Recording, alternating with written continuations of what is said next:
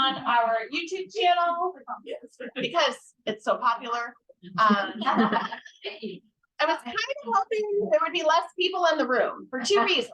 One, because I've been sick for the last 2 weeks. And so what I did was, we'll just talk about eligibility again. And I thought, none of you guys will want to come talk about it because we already have. False. You guys do, obviously. And then two, for those of you who didn't know, I have invisible braces, not Invisalign because I went the cheaper route. But I also feel like I can't talk very well. And I use the example of those of you who probably know Sesame Street. Like they have those like S skits where they extend out the S, you know. That's how I feel like I talk, even though many of you have lied to me and said you can't tell, which I appreciate. So, okay, so here's kind of our plan today. Continued discussion about eligibility. My hope is that you guys are talking more than me, to be perfectly honest, for a couple of reasons, because you guys are out there in the field, you know the questions, the liaisons have been doing a great job of reviewing IFSPs, but one thing I just want to put out there for everybody to consider, and just kind of hold in the back of your head. Back in 2008, I started as a team evaluator. We no longer have that position, but I was doing evals and I was doing intake along with an OT. And then there were about 20 family service coordinators, dedicated family service coordinators. And as a team of 22, we did all of the evaluations to determine eligibility when kids were referred. And then we had about 60 to 70 contractors who provided ongoing services. And I got to thinking about us as a group of 22. Right now, we're a group of 62. 15 years ago, we were a group of 22. And I can remember one staff meeting where we all sat together, coordinators and evaluators. And literally, this is 15 years ago, we were talking about what makes a child eligible if they have torticollis? What makes a child eligible for articulation? How do you know if behaviors are special education? So I want you guys to know we are not going to solve the eternal question of eligibility. It's not going to happen. However, my goal is that we move more towards a more consistent, uniform, general outlook on it, knowing that there's going to be differences always based on where we are in our profession, based on personal experiences that we've had either as a mom or maybe as a sibling of older brother, sister, younger brother, sister who had special education. So all of these different factors play into that informed clinical opinion. And I know that is the gray area of our program, and it always will be. As we talk about, and I know everybody hates APS 3, that's confirmed. It's interesting because we were one of the first infant toddler programs, I think the first in Kansas to start using it. And now what's happened is all of the other infant toddler programs are using it because you can't use an old version a year after the new version comes out. They hate it as much as we hated it a year and a half ago. I think we've just like accepted it, like we've accepted that it's our, our path, knowing that we don't like it. So lots of different dynamics, but my hope again today, we can talk through, again, some auto-eligible criteria, talk about developmental delay, informed clinical opinion. I do want to spend some time hearing from you guys. We got a couple liaisons here. Kelly's not here because she is sick, and talking about what this audit, I hate using the word audit. I like saying review, but then you think of a 6-month review. So I'm not exactly sure what to call it. But talking about things that you guys have learned, what you're trying to do different in terms of your practice, based on getting that information from liaisons. And then we are going to start talking about ECO ratings, which are the 3 statements that we have to do at initial, annual, and exit. So that's kind of my goal today. Hopefully there's a lot of conversation that's going to happen. Otherwise, we're probably going to be done really fast because I'm just going to be honest, I'm kind of ill-prepared for today. So I have the Part C eligibility manual, specifically the eligibility section pulled up. Just to let you guys know some things, again, always considering the last time the Part C procedures manual was updated was in 2014 or 2013, 14. which was almost 10 years ago. And in that, if you guys look through there, you're going to see things like Asperger's is a auto qualifying condition. We know that the DSM-5 has been updated and that's no longer a criteria. So I want you guys to always consider the source. How old is it? Are they working on updating it? What does that look like for your current practices? Because I think that that's really, really important.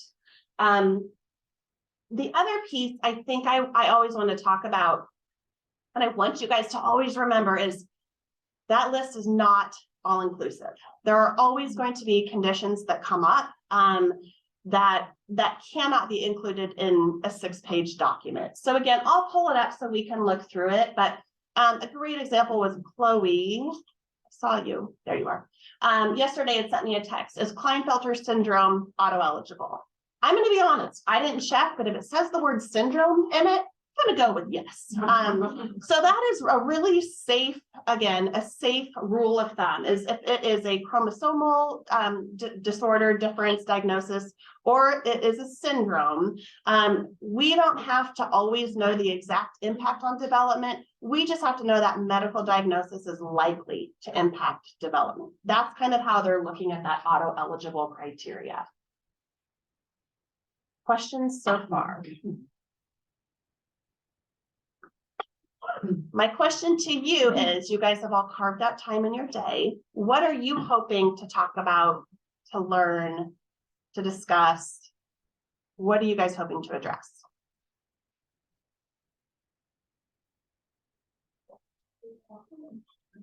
I think with the echo, it's really subjective. And I feel like depending on who's filling it out, because I know that sometimes when you get it, if you pick up a kid and you weren't the one that initially filled it out, it might kind of vary from what you're seeing. And so I think just how we can be more uniform, as you said, on filling that out is kind of one of the things I'd like to take away. But we will talk a little bit about that kind of reliability, that inter-rater reliability. And we'll also talk about what the echoes are used for, both at a local level, state level, and national level. Again, so you guys have a broader view of exactly what that looks like. And then talking about where would I place the child on those summary statements? Where would you place that child? And can that be changed? Can that be edited? All of those good things. Yeah.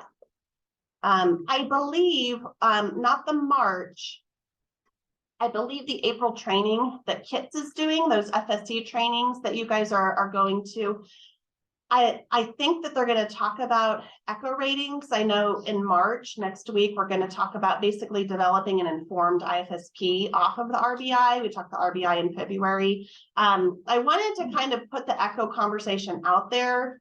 Whenever the state presents information, they present it in a very fidelity type of way. And depending on who's presenting it, I feel like sometimes it can be confusing. So I want to talk about this because if you ever hear anything at those trainings that doesn't align with something that you've interpreted with what I've shared or with what you guys are doing, we can talk about it. It's totally fine. Again, there's a lot of room for interpretation in early intervention. So I love talking about, I think echoes is important, especially after that RBI training, and that's really kind of where we pull that information from. Okay, Jocelyn was brave. Who else wants to be brave and share?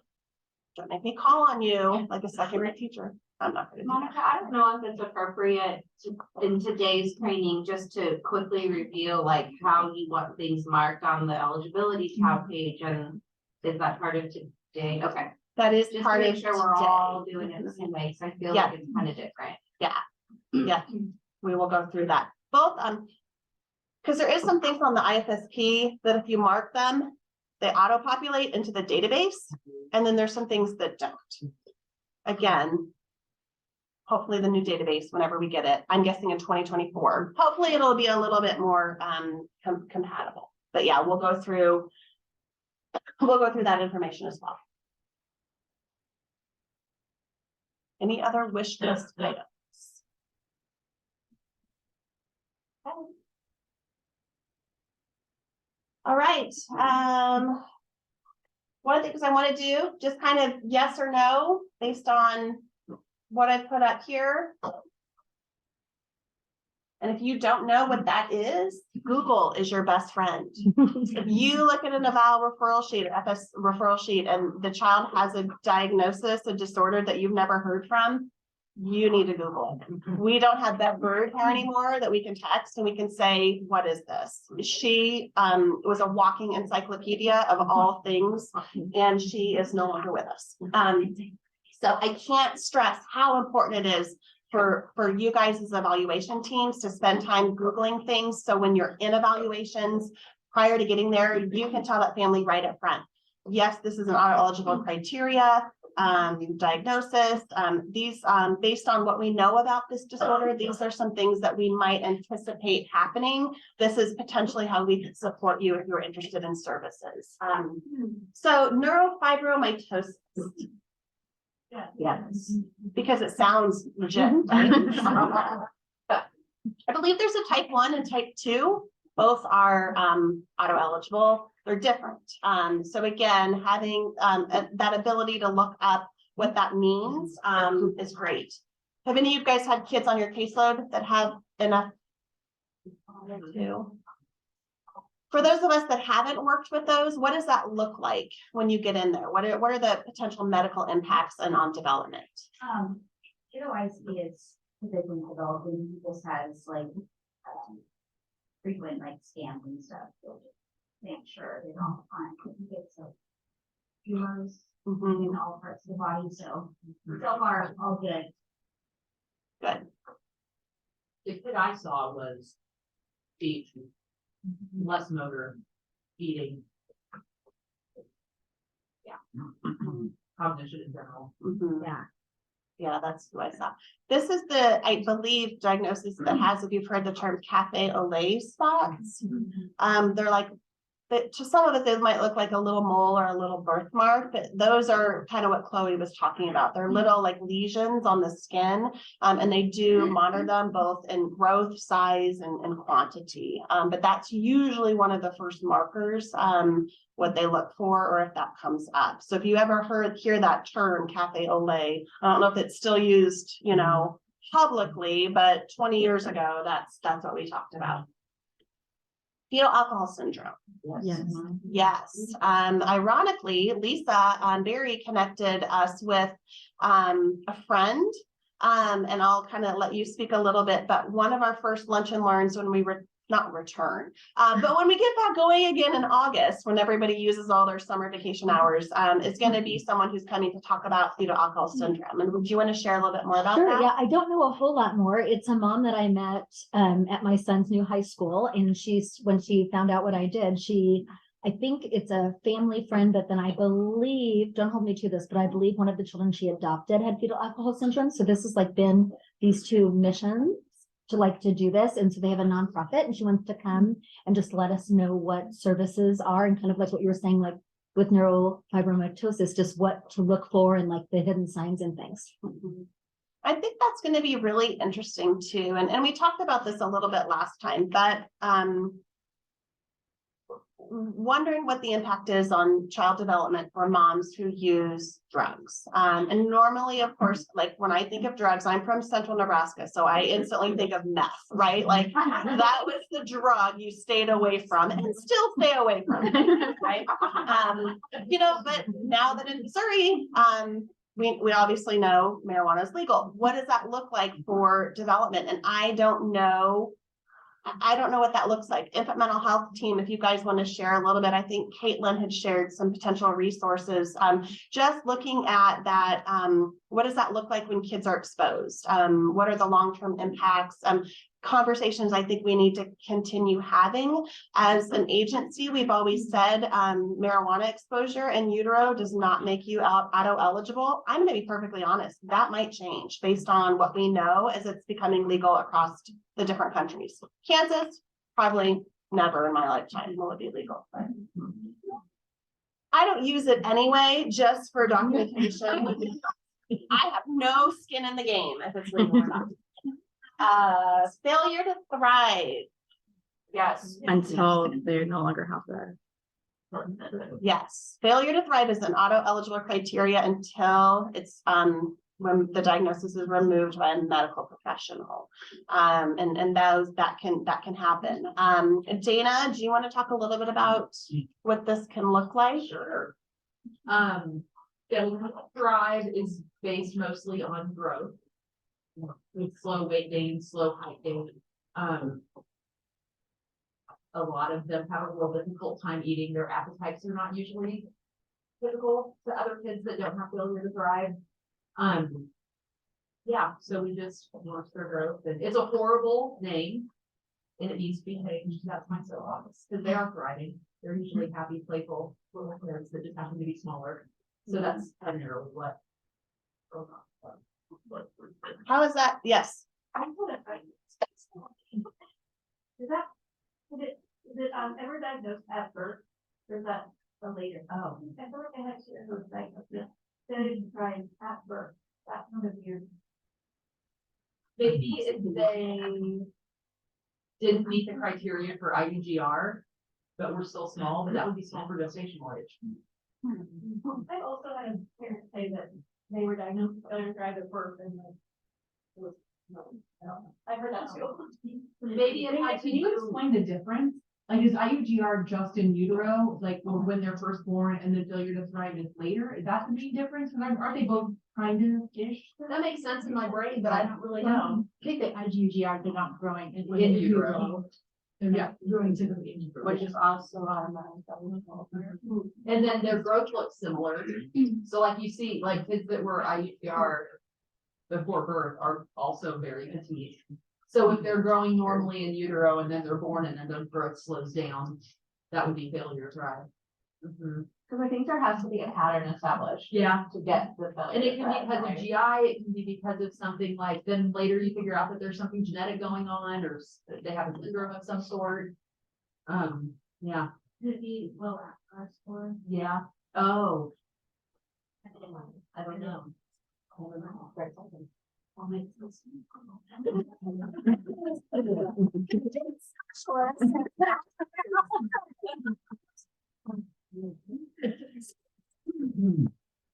When we miss that like medical piece of special education, which sometimes doesn't feel like it fits, but it really, really fits. It's really, really important. That was one of my questions too, like what is the difference between IUGR and failure to thrive? And it does make sense in intrauterine growth restriction. It does make sense it's within that. Did you Google it? I like Yeah. the failure to thrive is what I looked at. Oh. Failure to thrive is decelerated or arrested physical growth. Height and weight measurements fall below the 3rd or 5th percentile or a downward change in growth axis So And for failure to thrive. as far as IUGR goes for auto eligible, they can carry that for, I think they just have it. Years? I mean, Yeah. it's just a diagnosis. I wasn't sure about one that gets dropped off after like 2 years, kind of like prematurity. my knowledge is that once they have IUGR, that's failure to thrive, I know can flux. But IUGR, from my understanding, is because it's in utero, it's a diagnosis that carries them. Now, I think at some point it probably stopped talking about it in terms of that medical piece, but for our intent and purposes, it is auto eligible. So again, a family that has a child with that diagnosis is eligible for services until their 3rd birthday. The family feels great about development, we could do an IFSP review and the family could decline services and withdraw. When there's established auto eligible criteria, in order for a family to stop receiving services, we've got to get those forms signed with the family declining services, no longer qualify. And sometimes those kids that have IUGR are eventually followed by endocrinology. Like they watch it for a while and then if the growth isn't picking up. But some of them have had growth hormone that I've seen, not all of them. Some of them. A lot related to nutrition. Way to go. I didn't know I was gonna be quiz today. That's what happens when your director doesn't prepare everything. She encourages participation. Nystagmus and strabismus, is that auto eligible? No. False. That is auto eligible. And I double checked with the state on that one. But it's not one that we've ever discussed. We've normally said permanent vision loss. But the state is really, really keen on making sure we're addressing vision. As I'm looking forward to Deirdre and Molly, obviously right here. So we just evaluated a little guy that had nystagmus when he was born, and then it resolved. And then now they're might be getting kids confused. Anyway, for sure, that little guy. So if it was at birth and it's resolved, would he still be auto eligible? So yes. Oh, gosh. Okay, see? It doesn't resolve, it just decreases, so it may only be present when he's tired, Okay. or it might just be not as prevalent, but typically when parents are like, oh no, it's resolved, and it may not have been nystagmus is neurological, so. Okay. So in that case, then, because he qualified, before I knew this, he qualified for 25% delay in gross motor. So we flip that to auto eligible and just add that as this is what they want addressed kind of a thing. Yep, Okay. yep. On that second page, think about the second page of the IFSP. A child can be eligible in only one of the boxes. So in that instance, you would take away that developmental delay eligibility and you change it to auto eligible. You'd write in the vision piece component, and then you could include any other area that was related to development and why that child qualified. Deirdre and Molly, would you guys want to talk a little bit more? I picked these two vision conditions because I feel like they're the easiest to gloss over. Blindness, like kind of your obvious ones. I feel like, again, we know, but talking a little bit more about what this looks like. Okay, I will say with the nystagmus, there are different variations. So let me look further into that. Okay, but whoever took this little guy. Well, he's going to be on agenda on Okay. Tuesday. So Okay, yeah, he's right now, it's just, he has a significant delay in gross motor, but now might add some possible vision support, but I need to look back and see, because I don't know if it was him, but then there was somebody we saw this week that has one eye starting to turn in. I don't know if that's him or not. And we talked about like the differences of amblyopia and strabismus and going to an ophthalmologist, but I don't know that that's the same kid. I apologize. And the congenital motor nystagmus, there are different kinds of nystagmus, but the congenital motor nystagmus does not ever go away, but it's neurological. And you'll see that they have involuntary eye movement. And then Okay. also they might be turning their head to find the null point. So you see them turning their head when they're trying to look at things. or even like shaking their head back and forth. Yeah. And Notice. nystagmus can go horizontal or vertical, Okay. and it'll typically happen in like even if it's mild, notice like how slight tilting, just like when they look up. Their eye. Didn't notice any of that, They're but- tired. We weren't looking for it. Okay. Good to know. Thank you, And guys. the business is the misalignment of the eyes. Either typically inward or outward, could be just one eye, could be both. And that is. I know. So I think that was one that we talked about that was kind of tricky because it can at times be repaired with surgery, but not always. And typically they're going through that process when they're at the age of that we're serving. So it makes sense for us to be providing services during that time just to help parents navigate the process. And a lot of times they'll start by patching first. And that has to do with the muscles of the eye. The official word, I don't know why this is not working. Why does technology not work sometimes? The official wording in the Part C manuals is that children diagnosed with a visual impairment that is not correctable with treatment, surgery, glasses, or contact lenses, which is why nystagmus and strabismus would fall in there. But again, I worked here for 20 years, and until this exact moment in time, we've never talked about nystagmus and strabismus being potentially auto eligible. So that was a trick question. I know last time there was a trick question, you guys didn't like it. That was a trick. And with strabismus surgery, obviously, it doesn't always give 100% fix either, so. Monica, do you have to do a review in order to correct the health, like if a kid gets a diagnosis, or you end up deciding that, like, I think of some of my kids with Down syndrome that they definitely also have a nystagmus, like, would we have to make a review to put that on there? Or could you edit that part without having to do an IFSP review?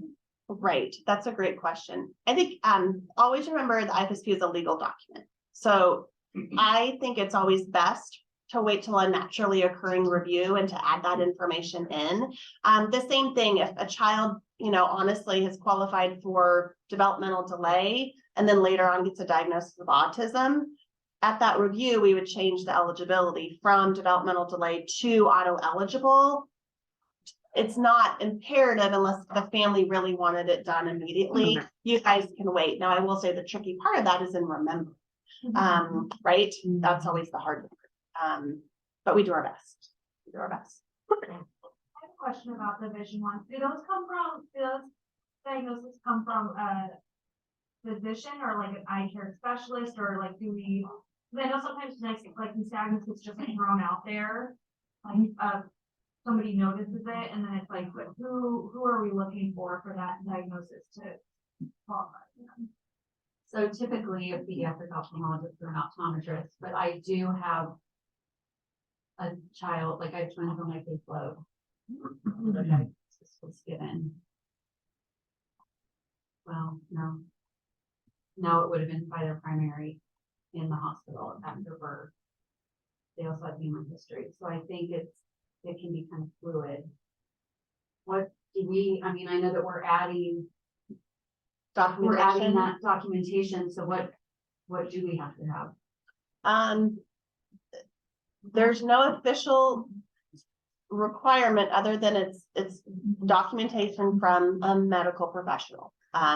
It is the kind of the way they've worded it. So if that comes from a pediatrician, if that comes from the NICU report, the discharge report, again, wherever that is referenced somewhere else, is okay.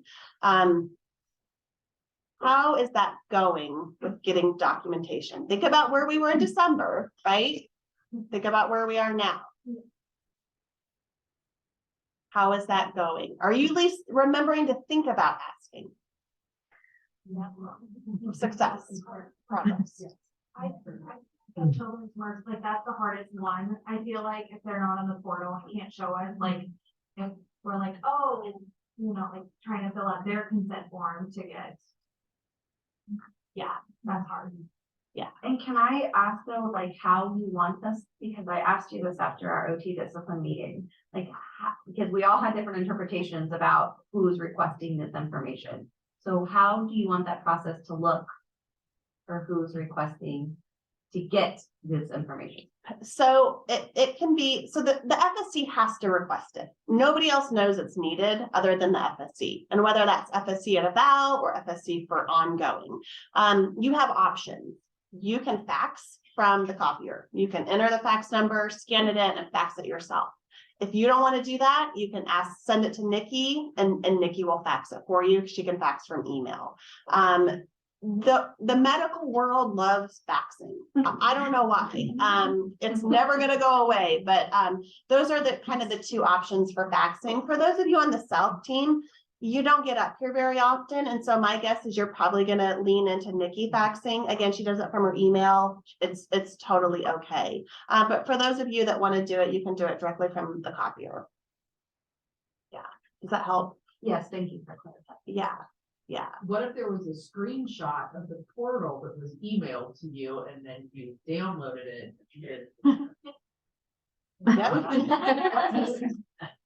Until I'm told otherwise. That is more documentation than we had 3 months ago.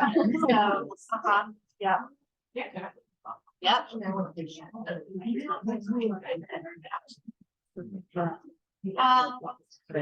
Neonatal encephalitis, meningitis, anything itis. Yep. Yes. Go for it. Absolutely. Yep. NICU stay of 20 days, born at 30 weeks gestation. That's it. There's nothing else going on. That is it. I don't think so. I don't think so. Not auto eligible. Nope. How many days? 45 or more. Mhm. And that's when, and I cannot figure out why this is not working. I can't show you guys what I want to show you. which is this PDF document that is right here. Why won't it show? What's that kid's birth? I know she does something else. There is, yeah, there is gestational age of 27 weeks or younger is auto eligible. Oh, this is, I'm sad. It's not participating. There is a combination of risk factors, and this is where I think that it gets really, really tricky. If you've got a baby who's born under 30 weeks and had oxygen and had apnea and was in the NICU, that child's auto eligible. They also talk about low APGAR scores, but again, it has to be a combination. And to me, combination means 2 or more. And until I'm told otherwise, that's what we're gonna do.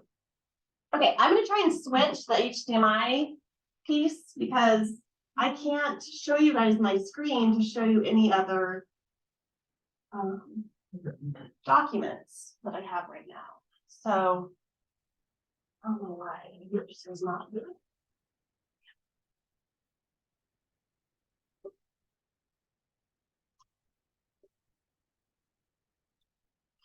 Okay, we're gonna try HDMI 1.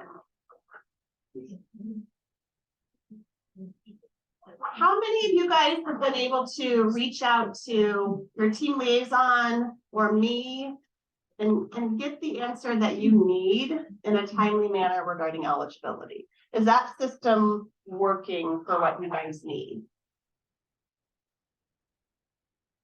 Why is there no HDMI on you guys? Come on.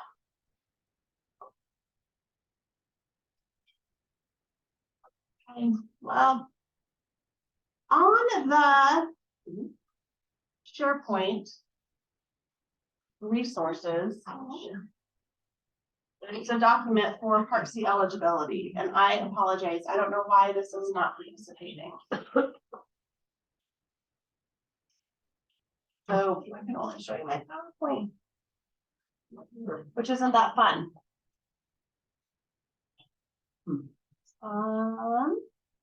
All right, I hear conversation. What do we need to review as a group? Anything exciting? How are you guys feeling? Okay. Couple things, and again, hopefully, I was gonna show you guys on the database. I don't know what is wrong. Is anybody techier than I am? No one's techier than you are, Lauren. Oh, Teresa, you get a $25 gift card from Amazon. Page 2 of the IFSP. I can't show you guys because my computer is not participating. You guys are doing a great job. You're getting reviews from the liaisons to document what the eligibility reason is. One of the things that I will suggest is sometimes less is more in those boxes. So what we want to do is we want to document why the child is eligible related to the development, related to the medical diagnosis, or what we're using for informed clinical opinion. If development is typical in other areas, we don't need to reference that. We only need to reference why the child is eligible for special education. The other thing that we don't, that again, just something to consider is that, again, if you have a child who developmentally looks great in all areas except language, at 15 months, they qualify. And then as that child gets older, we start noticing concerns with social skills, play, potential autism. If we've written on that IFSP, all other areas are normal at this time, or all other areas look good. What we've done is we've made it a really hard conversation to start having about why at 21 months, things suddenly look different than 15. So again, I'm just going to encourage you guys on those eligibility boxes, less is more. Reference why that child is eligible. And then this is what Megan was talking about. That makes me really sad that this is not working, but on the right now I'm just pushing buttons. On the database, there is a tab which you guys are used to seeing. I just feel like this is a big, frustrating waste of time trying to mess with this. But on the database, there is a eligibility and transition tab. And at the very top, it says auto eligible and it defaults to no. You guys have to manually go in and change that to yes if the child is auto eligible. Even on the IFSP, if you check the auto eligible box, it would be great, right? If they were married and they communicated, they don't. So again, think about your caseloads. When you get your caseload report, that might be something, again, just for accurate data, go through there and on that transition and eligibility tab, make sure that that's updated to auto eligible. Monica, will you talk about with that, when that should be checked, that it can't be checked by the eval team? Yes, actually that is.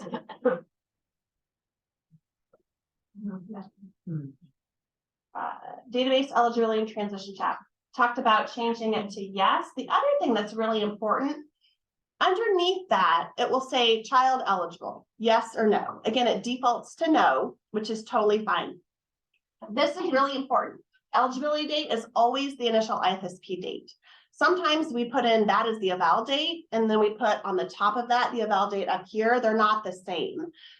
We tell families your child is eligible, your child qualifies at the eval, but until the family signs the prior written notice for eligibility, which is our first page of our initial IFSP consent forms, that's the formal eligibility notice, which is why those dates are the same. So make sure that if you are the evaluation team, leave that eval stuff or leave that eligibility stuff open. Even if the child is auto eligible, don't fill it in yet, because if you check yes, it automatically wants you to put an eligibility date in there, and you can't because you haven't had the IFSP yet. Does that make sense? Mom, I have a question about that. Yes. So what happens if a kid is auto eligible and then parents withdraw and then they come back? I just had this happen and then I just left the initial eligibility, our friend, as when this kid initially came in, is that right? Or do you change it to the next? That's a good question. This is a trick question. This is a stump the chunk question. I love it. The answer is this. It all depends on how old the child is. If the child is getting ready to be at that age where we're supposed to send the Part B referral, and we don't change and do a new initial and find that child re-eligible, we're out of compliance for sending the Part B referral late. So always ask your team liaison or me. Should I do an annual or should I do a new initial? If you don't know, always ask. And I think the liaisons, again, I'm gonna speak for Kelly, but I feel like that comes up a lot, or Tracy will ask me. She knows at the time of re-referral, she was like, what do we need to do here? Initial, annual. So I feel like there's some people monitoring that, but those situations are really, really tricky. So it depends on how old the child is when they're re-referred. So that's not an answer that answers your question. Less like over 24 months. Like I feel like we talked about transition. I don't know if I did a specific transition plan, but it's close to. Within a year. I don't know if it's 9 months or 10 months or 11 months or something like that of turning through. Yeah, so 32 and above, 32 months and above, we need to do a new initial. We need to find that child re-eligible, which starts our 90-day timeline all over again. Yeah. So if they're under that 32-month range, we've got some wiggle room. So generally you're going to do an annual unless they're older, and then you're going to do a new initial. But if you guys have those re-referrals, always double check and ask just to make sure. The most important thing, I'm going to be honest. If you do an annual, do the annual consent forms. If you do an initial IFSP, do the initial IFSP consent forms. That, in the grand scheme of life, that's the most important, that the signature forms match the IFSP that you've done. Doing it wrong would be not doing anything. So, and I feel like you guys don't do that. Yeah, nobody does nothing. Does that help? Clear as mud? I really wish I could show you guys my screen. It'd be a better training. So some reoccurring themes with IFSP checks, that's what I decided to call them. I wrote audit, I didn't like it. I wrote review, I didn't like it, so I wrote check.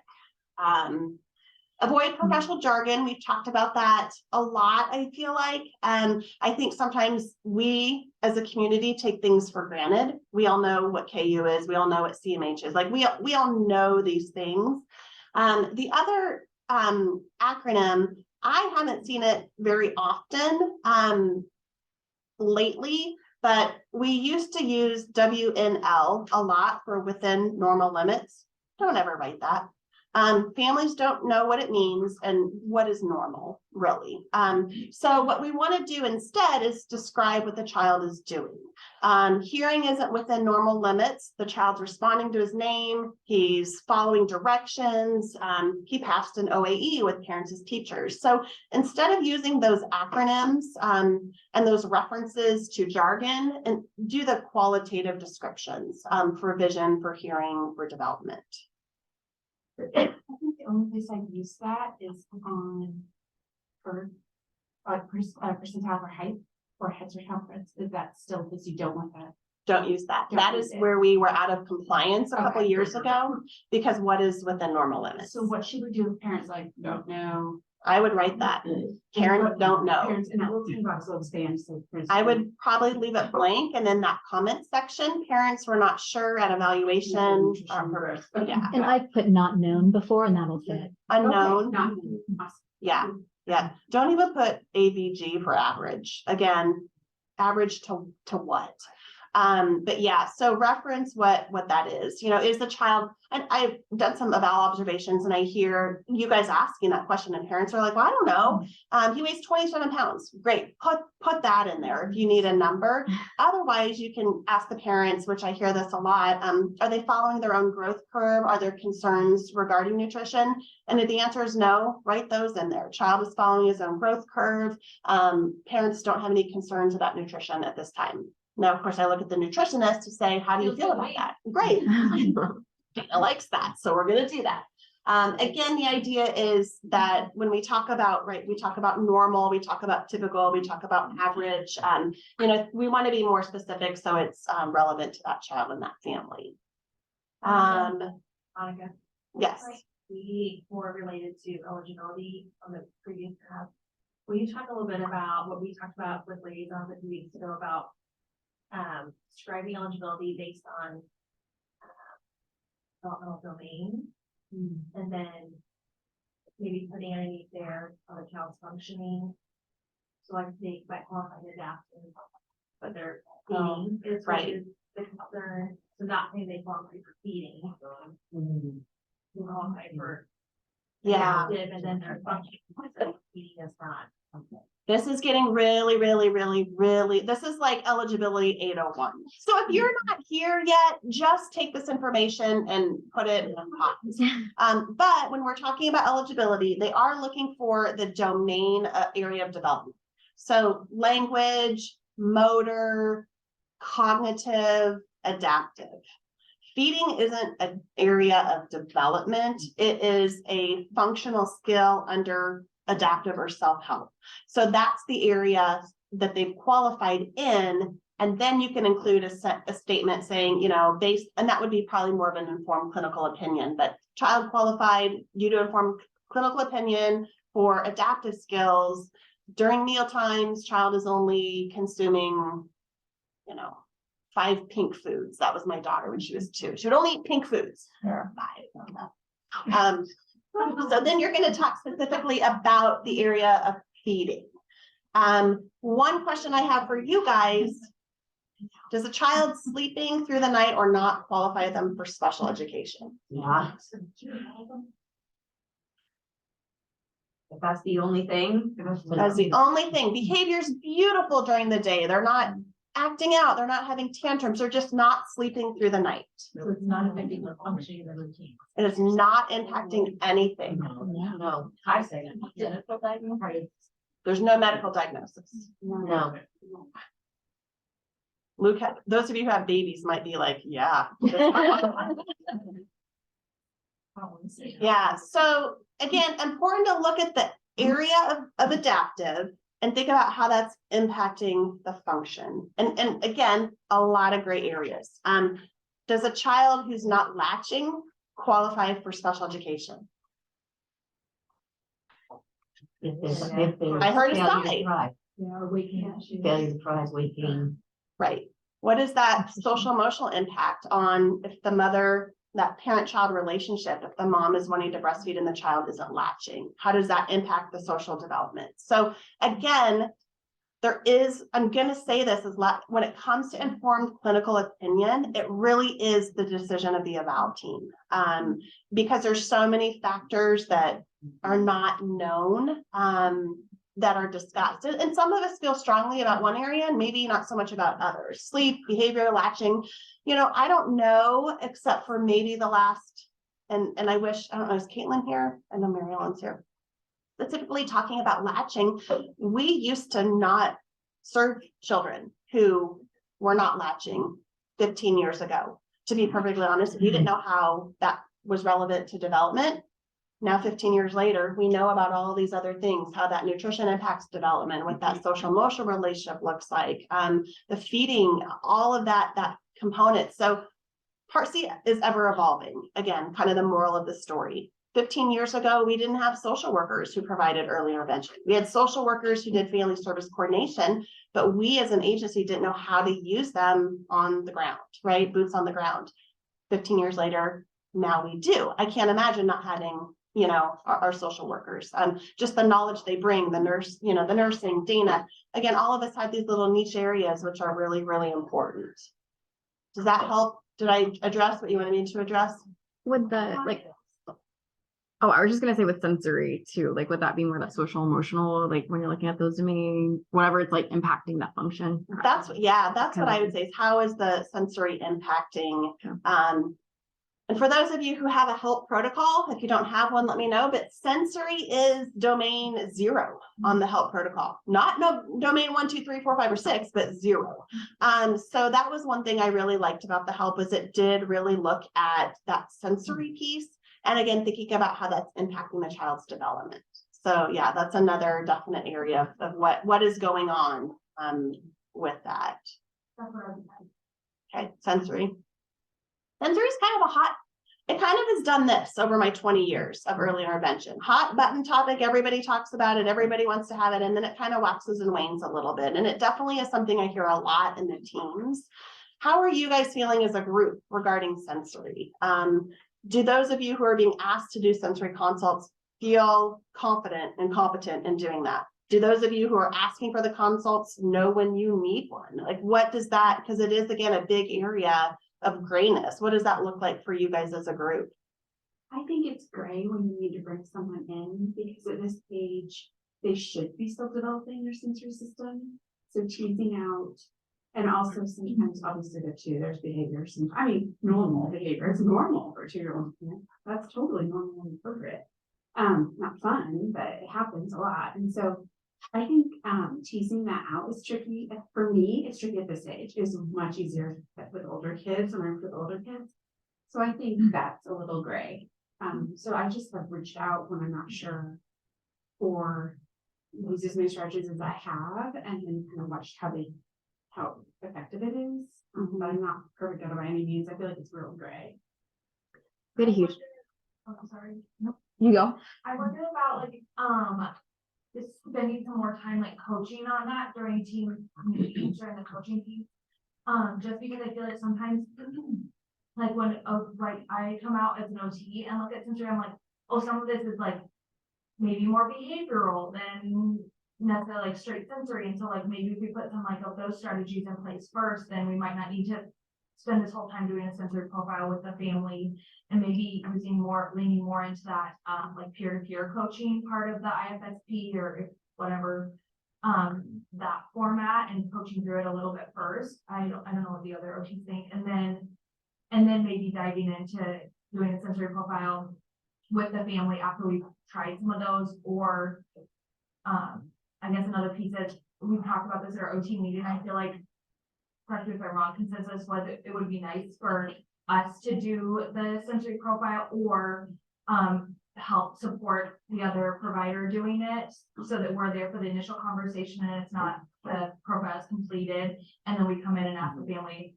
15 of the same questions again. So helping our peers do it, if you're interested and want to administer it, or being there for the initial conversation. Yeah, sensory was like our main topic, I feel like, at our last OT discipline, and how we can kind of help support other disciplines in that early intervention piece to feel supported that they could go and do it maybe on their own or feel confident implementing those strategies. And also talked about like how we don't always, I would say the consensus too was like, we don't always love the sensory profile, but we like the information we can get from that interview piece. So then how can we be uniform and all be kind of doing it the same too? That was like a conversation. I think that too, because I get as much information from the parents' comments as I do from what I'm sharing. So I really like to be the one to do it just because I like to hear what they say, and I'll ask, so what situation are you seeing this happening? Even though it is a parent report form, it's super helpful to get functionally, how is that affecting their lives?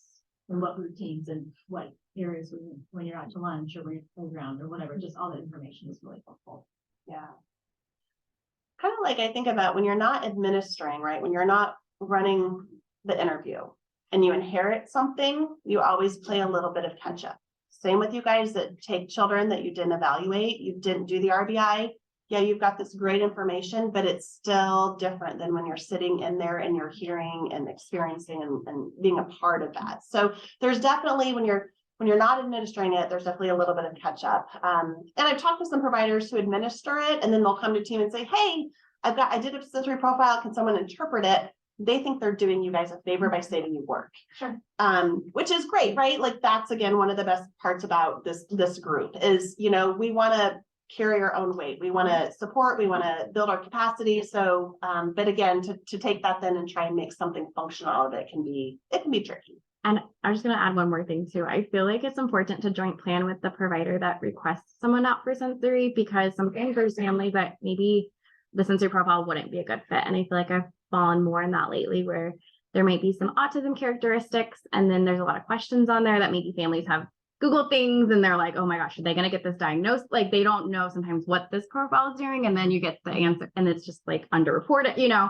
So I do think there's a good part of like, maybe it's just coming out to give some ideas and you're just observing and giving and not always doing the profile. So I think it's just an ongoing thing that we talked about. Yeah. Is it okay for ECSEs to be trained on, like even doing grade 4? Like, I would love to, like, know how to do all of it, but I didn't know if legally, like, it has to be somebody like an OT or. My understanding is the same with like an ADOS or a CARS. If you're a licensed professional, you could administer the standardized tests. I know like I'm thinking about like specific standardized tests for speech. Those have to be administered by a speech therapist. I would think the Peabody, probably the old school Peabody, has to be administered by an OT or PT. I believe the sensory profile, as long as you've been trained, that you could do it. Yeah. That's recorded though, so I can never say it. Okay, the second bullet point of this, oh, I'm so frustrated. I'm still frustrated. I want to find the HDMI 1 thing because I wanted to show you guys this, but on the IFSP, like you got your health history information, and then underneath that are 4 yes/no questions that ask about deaf-blind certification, autism diagnosis, deaf or hard of hearing, or vision loss. If you change those to yes, which you should, if a child has any of those, put the date of diagnosis on there.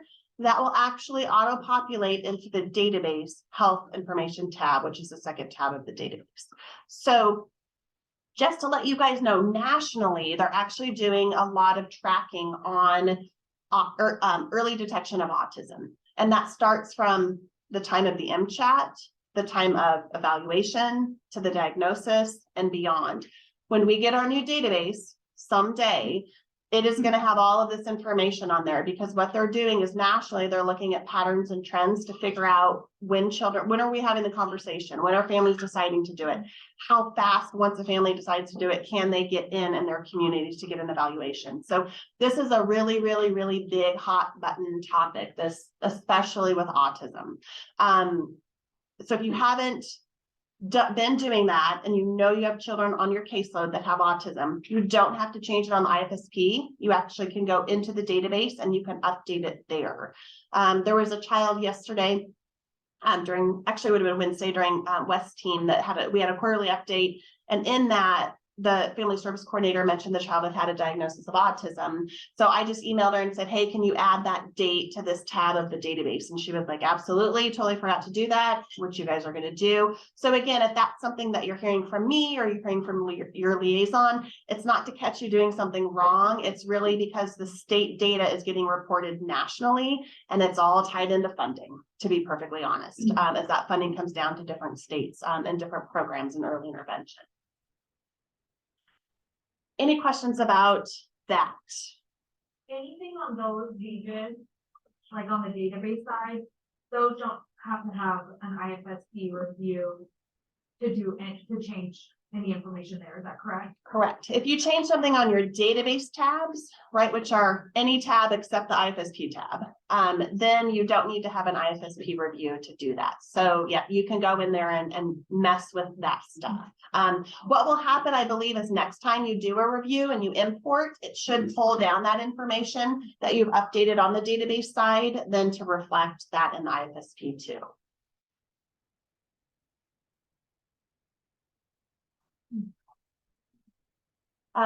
Okay, some potentially quick eligibility scenarios. This one happens a lot, right? A child is referred to us, insert area of development, motor, language, whatever that might be, is evaluated, doesn't qualify in that moment of time.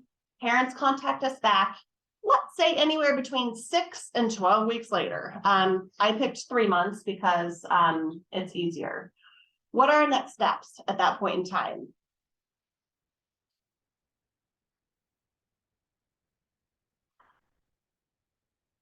Would it be just another evaluation? Yes, we definitely would refer, do another evaluation. My question to you is, if a child has made no progress in 8 to 12 weeks, what are you guys looking at? What are your therapy brains thinking about? Eligible. Parents having trouble. Parents are having trouble, helping them meet that. They're not making any progress. Think about kids who are typically developing, whether it's your own children, your neighbors, nieces, nephews, children. Think about the children we work with in daycare centers and think about the peers, right? I always feel like that's a really good snapshot of, you walk into a class and you've got a 2-year-old saying, hi, Erica, happy to see you. And then you've got your kid who's not even imitating a sound yet. I feel like the important thing always is to think about, what do we expect for typical development? And definitely in a 2-month period, there should be progress towards that area of development. And if there isn't, yes, there's something going on, either whether the parent hasn't been able to take those strategies and implement them, or, to be perfectly honest, that child probably just isn't qualifying or isn't making progress. One of the pieces that I looked about, again, I hear this a lot, and I always appreciate the honesty. We overqualify kids. I hear that a lot. Again, that was probably a conversation we had back in 2008. So just some data, again, for you guys to think about as a large group. 20 to 23% of children we evaluate do not qualify for services. That's data based on 2022. So no, we don't qualify every child. We definitely have re-referrals. We definitely have children that we find not eligible, and then 3 months later they're eligible. That happens. Nationally, OSEP, which is the Office of Special Education, has set a baseline, like a minimum amount of a percentage of children under the age of 3 who should qualify for early intervention. It's about 4.06%. There are programs in Kansas who don't meet that. We consistently meet the federal criteria. They're actually talking about increasing it, making it closer to 5%. We're typically around, I would say, the high 4s to low 5% of the children that we find eligible for services. So statistically, we are not overqualifying when I look at that. If that number was 8%, we would need to have some serious conversations. I can't tell you how many times when I was doing evals for 5 years, I went out, child didn't qualify, went out 3 months later, still didn't qualify, the parents asked for a different evaluator. Like they were done with me, right? A different therapist goes out to eval, finds that child eligible. We're gonna overqualify. In fact, I was in an eval this week. The child is 27 months. He's starting to do some really cool things, but he's just starting at 27 months. He definitely met criteria, absolutely agreed with the evaluation team, but I can tell you, whoever takes that kid, you're going to see progress really quickly. You need to celebrate those moments because they don't always happen. But in that moment, in that snapshot, I do believe as a group, you guys do a really good job of capturing a large majority of children for special education. We're going to overqualify, we're going to underqualify. It's just how, unfortunately, special education is written. Same thing in Part B, right? Sometimes the kids don't qualify when they transition. 2 years later, when they go to kindergarten, they're probably going to get re-referred to special ed, get reevaluated, and look at IEP services. So this is not a perfect system. Nobody's ever said that. Nobody ever will say that, but I want you guys to know, statistically, looking at data, looking at numbers, we are not overqualifying children at a rate that makes the state say, what is going on in Johnson County? So again, I want you guys to know that. Comes from Monica that's saying you overqualify. I sometimes hear it related to, and again, I'm going to pick some really easy targets for me, having done intake for 5 years. Children with torticollis, right? Like, how do you know whether or not that's not an auto eligible criteria, but if the parents are anxious, that might be an area where we might serve a child for 8 weeks and then they no longer need it. Sometimes I hear it for articulation. I'm going to pick on the speech therapist, being a speech therapist myself. What is typical and what is atypical for articulation development? So there's definitely certain areas that I hear conversations around. And I don't feel like it's anything other than we want to be consistent. So if I'm evaluating a child and so is Teresa, we would both determine the same thing most of the time. You know, where's that? We want to be in this reading the same book, ideally on the same page, maybe not the same sentence, right? That's my goal for you guys. But again, being boots on the ground, I don't know how you guys feel about team meetings, caseloads, questions that are regarding that.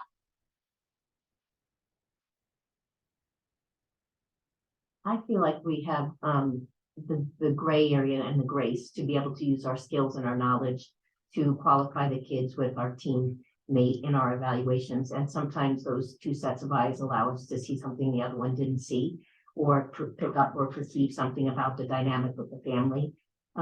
So I think we do a better job of qualifying because of that. And if anything, we catch it before it becomes a bigger issue.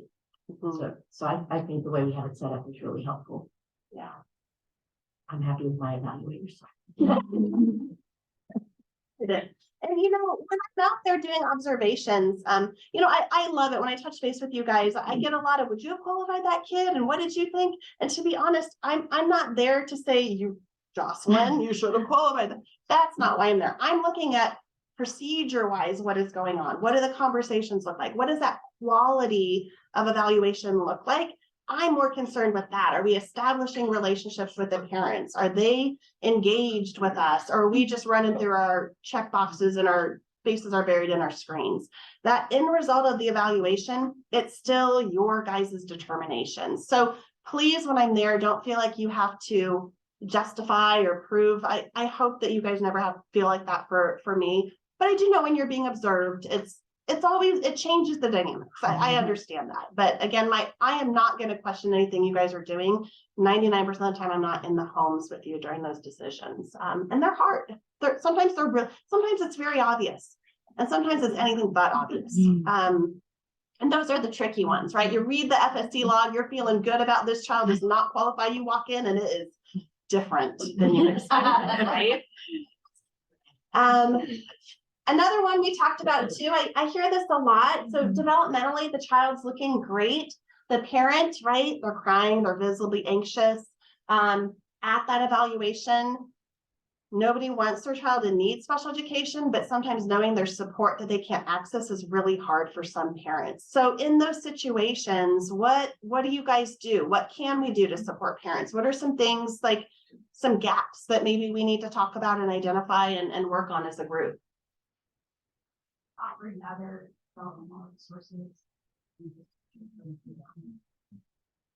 Yeah. Give them next steps of things to look for, what's next in development. Then call us back. Yeah, that's a great, the both of those are great. When Parents as Teachers is a great organization, especially if they, are eligible, talking to families about some things to look for over the next X amount of months or weeks. Judy Cannon, I don't think she's in here, but she sent out an email a couple of weeks ago, if you guys remember getting that. And it was an email that had information in there that you can share that includes our link to do ASQ screening. So again, if a child isn't qualifying and you're emailing the family a wrap up, I would definitely encourage you to route them to our website so they can fill out screenings. Both Judy and Caitlin monitor those, and they always get a response, whether the screening comes out great, or if there's an area to kind of watch, or if it's a screening that recommends another eval. So it's not like a family screens and then never hears from anybody. That there is a process for regardless of the results. But that's another great way, again, so the family feels like they have something, some contact. The next question, just thinking about, right, we talk about infant mental health a lot, but really, what is the impact on that parent's mental health, and what is going on with that social dynamic of the family, and how can that impact a child's development? Again, a big question. Don't know if you guys have answers or feelings. Of course, I, think about the infant mental health team. What does this look like? And then, thinking about reflective supervision that we're getting ready to start. So Courtney and Hannah, how is this something that may be beneficial to consider our therapists to come to reflective supervision? What would you guys speak on to that? I think it's a big question. I feel like people have done a nice job qualifying kids when there's just concerned about other things, but I guess most people don't know because I'm working at the eval. But I like that, on the subject of reflective supervision, that is something that we would definitely be kind of talking about and looking into, and I think it all of our families, even the ones where it's not glaringly obvious or something that we feel like is a major concern. So yeah. I think it's twofold. Child development can certainly impact a parent's mental health also, and so considering the whole picture of what's going on with the family and what's contributing to both child and the parent, and those are definitely factors that we would try to reflect on and reflect supervision to open up kind of awareness of maybe some other areas that might be contributing to the development you're seeing or the parent response or mental health symptoms that are present. I think from that eval perspective, the ones I hear about the most are like the really anxious moms that the child looks pretty good, but the parents so concerned. Maybe those are the ones that we end up bounced back pretty quickly because of their concern. And if we don't pick them up, then I think that those are those situations where like the child's development will eventually be impacted if that parent is struggling so much to feel confident about their child and connect with their child or whatever is theirs, but I'm so concerned about it. Yeah, there's definitely a lot of give and take. I was trying to work in a plug for reflective supervision because I know it starts next week. How did I do? See how I did that? So if you want to know more about reflective supervision, no, but I think that, I think those conversations are really, really important. And I had never looked at it from that vantage point, right? I think about how does the parent's mental health impact the child, but you're right. It is the sync arrows, right? That you get when you're uploading a document on SharePoint. It's the child is impacting the parent is impacting the child. That's the parent-child relationship. And, Leslie and Jana obviously being ABC coaches and really like that is the essence of what you're doing. And if you want to speak a little bit more about that, chime in. So ABC is for kiddos who are 6 months to 24 months, and that's when we target sort of similar in toddler and toddler 24 months to 48. Following the lead trends, we're looking at, do kids signal clearly if they need more trends, are they easy to soothe, are they difficult practice, because it's, all of that is gonna impact the parent's confidence in what they're able to provide or know what their child needs and whether they will complete that complete. We also talk about parents, you know, so if a child isn't, this just to kind of talk, I think, just about the mental health piece and social emotional development. If kids are not signaling clearly what they need, then a parent, it makes their job really hard. And they lose confidence in themselves and they become really anxious and or other things. And so it can really affect, you know, the priorities that they may have for their child. Back to ABC, sorry, I just went off. It's looking at nurturance, following the lead. An infant, Michelle Clea is on, she's not in here. She just reached out to Gina and I. Dad wants to strengthen his bond with his daughter. Dad's pretty intrusive.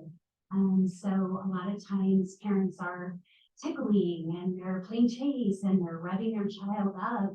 And for the parent, that interaction is a way to interact.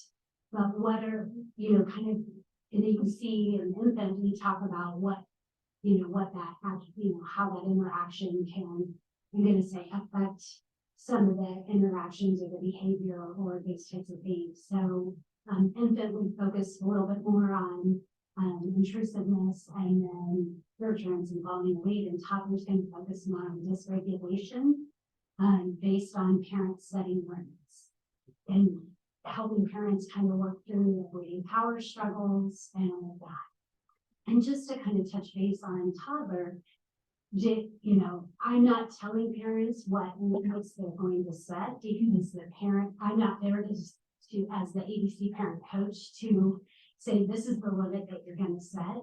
I'm there to support the parent if they choose to set a limit and their child is dysregulated because of it. So I think that's a little bit different than what we do when we're in there as practitioners. Just, you know, I'm not making suggestions or all of those things, but I might spotlight what some of the interactions look like. If, you know, for kiddos, that's kind of in a nutshell. We also talk about just in both infant and I would say toddler, what comes up for parents. So we're all influenced by how we were raised, and that influences how we interact with our own kids and all of that. And we do talk about that in ABC in the latter half, you know, yeah. No, I was just wondering, how long is the program? If you're working with a family, how long? It's 10 weeks. Okay. So from start to finish, 10 weeks. And you know how life goes. Oh yeah. It's usually not in consecutive weeks.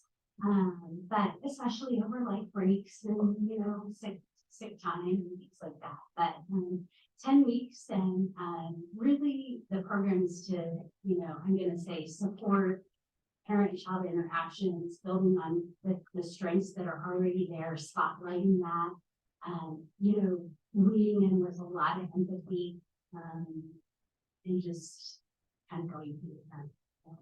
Yeah, but we do talk about that and with just how, you know, what kind of comes up for mom, dad, caregiver, foster parent, whoever that is, grandma, whoever's participating, that may, I don't say it this way, but that may prevent them from being able to respond to what their child needs. And sometimes those things that come up are, I'm barely making it, right? I'm barely making it. So if they cry one more time, it just sends me to the red. Okay, let's talk about that. Or sometimes it's, you know, I didn't really practice. My parents didn't really play with me, so I don't really understand following. Or it could be the intrusive behavior, or you know. The other piece I will say about toddler is that, you know, oftentimes when parents are setting limits or a child is doing something, you know, from a behavioral perspective, parents often themselves may get upset, right? especially if it's happening out in public, that kind of thing. And going with consequences, so you're gonna go to timeout, if you do it one more time, those types of things. And ADC really focuses on teaching self-regulation. So co-regulation, mom, dad, caregiver, regulating with the child. And I'm gonna say if a consequence needs to, like changing the environment, maybe helping a child kind of remove themselves from that area or something like that, the parent is going with. So I think, 15 years ago, Monica's reference to what today, we talked about go sit in timeout, you do it over here, and you self-regulate, you figure it out over here. When you're done, then you can come back to me. ABC's focus is not on that. It's really about helping a child learn that self-regulation, through co-regulation. 15 years ago. It looked different. So Leslie had a great lead in to kind of the last just conversation topic, behaviors at childcares, right? Never been seen before. But thinking about a child who's having behaviors at daycare and not having them with any other situation, with any other care provider, not other siblings or anything. Is that a special education issue? So I'm seeing this, and I'm seeing this, and I'm seeing this, right? You don't want to make eye contact. Would that be a situation where we could do like a community observation or not before jumping in to figure out if they're eligible or not? I don't know. That would be a great one to kind of use that double eval piece. So if you're at home during the eval and the behaviors are happening at daycare, extending the eval. So one of you guys go there, or both of you, totally fine. Same thing, if you're at daycare during the eval and there's nothing happening at home, you may want to go see what it looks like at home, again, to make that decision. So again, allowing yourselves grace that you don't have to decide in that very moment if your brains need more information. It's totally okay to do that. This is a hard one. Again, I've never seen what's happening in childcare centers now. It's never happened before. There's wait lists for a year and a half. And we're not talking for like fantastic daycares. We're just talking about for someone to watch your child throughout the day. There's a lot of turnover. We've talked about all these different pieces. Interestingly enough, I just reached out or had the Johnson County Child Care Director who does all the licensing reach out to me to say, do you have any classes or trainings that we can offer childcare providers on mental health and autism for kids under 5? Like they're all struggling. And that was one thing at leadership we've been talking about, like is supporting childcare centers. And I love that they're feeling what we're feeling.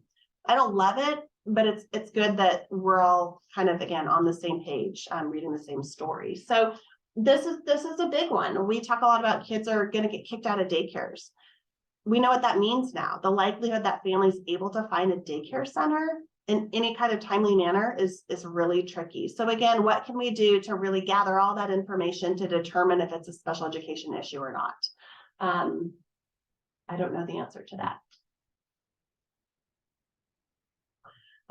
Okay, so we were going to talk about next. We've got about 10 minutes, which is perfect, except for you guys can't see my screen.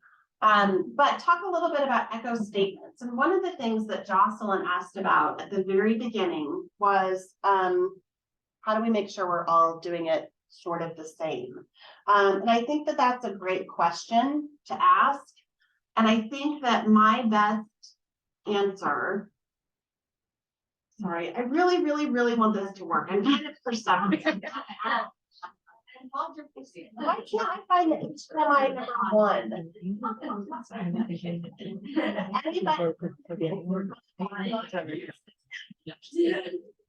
ending? But it's not like I thought we were. No, I feel like it's really helpful too. But I was like, Yeah, and slideshow. Yeah, I don't know if close out of it. Maybe. I haven't showed you how to do it. It doesn't I have like you questions guys about- normally like you can see my sticky notes and all my work to do. It's like it doesn't want to read it. Okay, I'm gonna restart my computer. We're gonna try that. There's an option on the TV that says mirror screen or something. On this, Yeah, when you're looking at the different HDMIs. Would that do anything or no? Oh, that looks complicated. Okay. Never mind. That's a good one, though. It looks like it fits me because the Wi-Fi is not connected. I use this 1,008 times. But the answer to Jocelyn's question is, and I'm gonna tell you again what the state says. I think there are 7 different descriptor statements across the span. Years ago, it used to be you rated them 1 through 7. Now they're statements. What the state says is, if I'm gonna pick statement number 4, and Erica's gonna pick statement, if she would have done the same thing and looks at it and picked statement number 3, and Lisa looks at it and picks statement number 5, they would say that is inter-rater reliability. They're not asking for us to pick the exact same statement. They're asking for us to pick, are you 1 above or 1 under? And if so, to be perfectly honest, that's good enough. What happens with the descriptor statements, so you guys know, we do them at entry, we do them at exit, and what happens then is for all of the kids that we've done them on, our program gets averaged. We have an average percentage of where kids fall, and that gets turned into the state, and all the programs do that. So for every one that you fill out, there's about 10,999 others that are being filled out. And the state's average is compiled based on those different areas, the social emotional, the taking care of needs, and what's the last one? Thank you. Acquiring knowledge, yes. So those, as a state, we turn those into OSEP, the Office of Special Education, and they compare them to their targets. So our 50% of children at or below this level, are 62.7% at or below this level. We have consistently met as a state, we've consistently met the federal targets. As a local program, we're meeting the state and the federal targets. But what we've seen over the last 3 years since COVID is the social relationships one has fallen. And it's fallen by a significant, by 12%. So OSEP is now talking about, is that still a really good determination of where kids are socially? Are we expecting too much based on kind of where we are as a country? So I found that super interesting. So what I want you guys to know is your one echo that you're doing is one of 11,000. Is that going to make or break anything? No. No. We just started doing them, I believe, back in 2000 and I would say probably 12 or 13. We started doing them, and it's all tied into funding is what it's tied into. If your state isn't meeting your targets, they consider funding, they put you on an action plan, you have to do things. If a local program isn't meeting state targets, the funding isn't impacted for us, but we have to get put on a plan of action. We have to work with our TA people. We have to figure out, why is our social emotional score? Why is our acquiring knowledge? Why is our taking the last one, taking care of needs? Why are they falling? What do we need to do as an agency to figure that out? So the moral of my story, which was going to be a really good story, is it's okay if I do an RBI and Jocelyn looks at it and she's going to be the primary and she's like, I want to pick statement number 4. I really feel like this kid's a statement number 5. Change it. Totally fine. It's not going to impact anything. We're going to do a little bit more after the kids training in April, because they're going to talk a little bit more about the echo ratings. But and I'll send this out. If you haven't seen, there is a flow chart, right? Like, this is where your child is. Is this yes or no? And then yes or no, or yes or no. And then it kind of routes you to a statement. If you haven't seen that, I would definitely recommend look at the attachment when I send it out. Use that as a reference. I think that as we're moving into this next year, what I'm hearing from a lot of people is the training that Chloe and Carrie did that talked about motor development, and again, just some case studies. like you guys want to be on the same page. So we're going to look at doing that. Stacey and I talked about that for other areas of development. So we'll be reaching out to those of you guys to do that. We'll be talking and practicing some echo ratings again as a group. Where are you guys going to put this child? Where are you going to put that child? Is it one statement above or below? If the answer is yes, we're doing really well. So with the echoes, I was always under the impression, it was probably from Part B, that when a child comes into a program, they get an echo and we're looking for growth. Is that not impacted then in Part C? No, because again, think about a baby with Down syndrome. They come in and they've got probably the higher statements, right? They're doing what a baby should be doing. By the time that child is 3 and they exit, they're most likely not doing what a child should be doing. So you're going to see some loss. Again, that one child of 2,500, that's not going to shift what we're reporting significantly. The same thing if a child passes away, like you have those children who have regression in development, babies with SMA, all of those different diagnoses. So those kind of situations that are one-off aren't going to matter. And really, they're not actually tracking individual progress. They're looking at globally, where are your entrance scores, and globally, I where are didn't your know that. I exits. thought it was all individual. So that is good to know. They want you to think that. So how do you explain that to a family then when you're going through like an initial and then an annual? Because I've been explaining it wrong. Yeah. So who feels good about how they're explaining it? Ooh, Megan, take it. I keep it real short and simple, and I just say this is a way that the state likes to collect data for how our program is tracking with progress and development.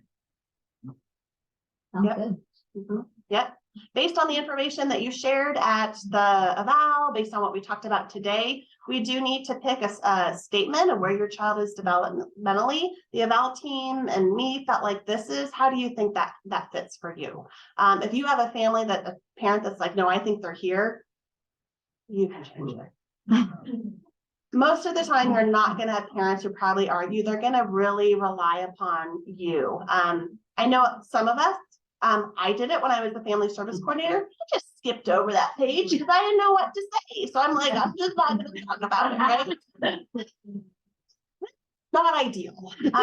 So try not to do that. Another thing I've heard people do when they get to that page, they just say, based on the information you've shared, Jack is functioning relatively close to what peers would say. And they just read the statement and they don't even necessarily talk about picking one. They just reference the information you've gathered. They read the statement. They go on to the IFSP outcomes.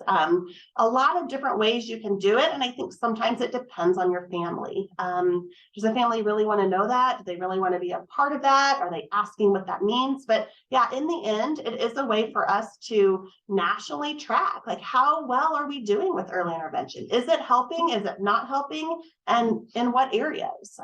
So again, sometimes simple and short and sweet are, nice.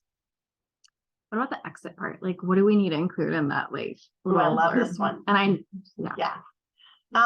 So exit echoes, same thing. They rate your statements. You have to pick yes or no, right? Did the child progress or did the child not progress? That is where I would say always pick yes. Who's last? I would always pick yes. And then there's a space for a box of comments. If you wrote the words potato chips, nobody would ever know. I know. I changed it because Kelly Mason is here and she texted me and she said, if you can work in the words potato chips in this lunch and learn, I will be handsomely rewarded. $25.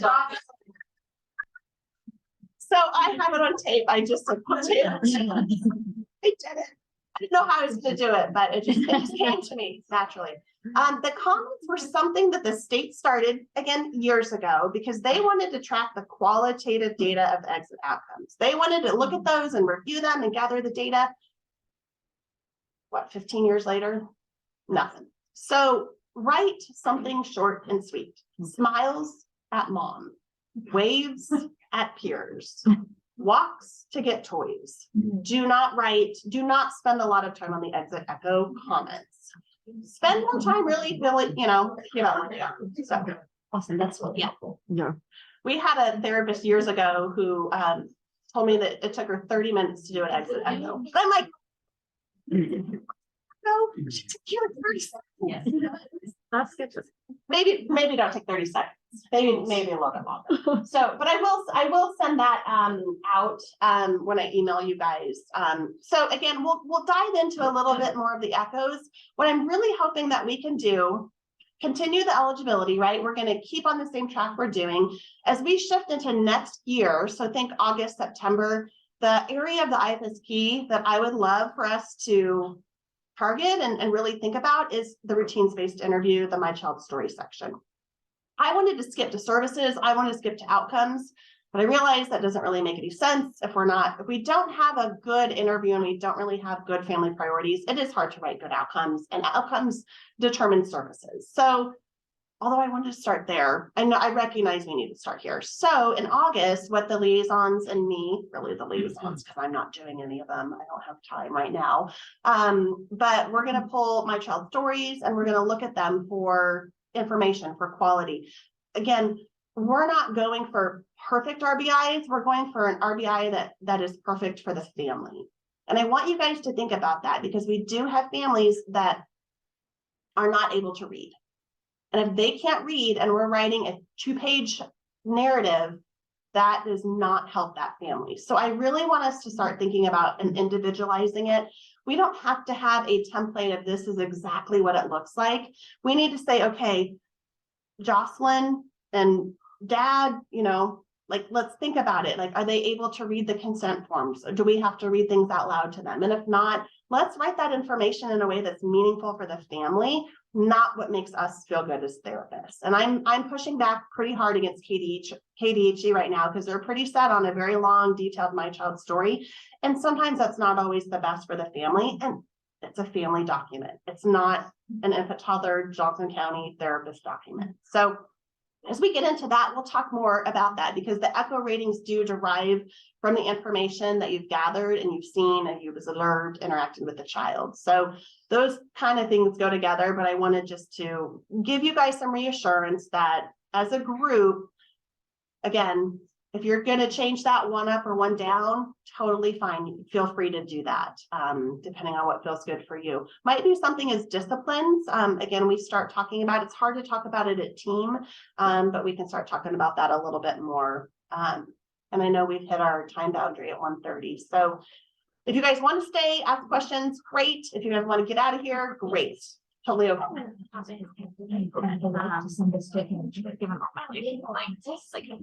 Oh, yeah.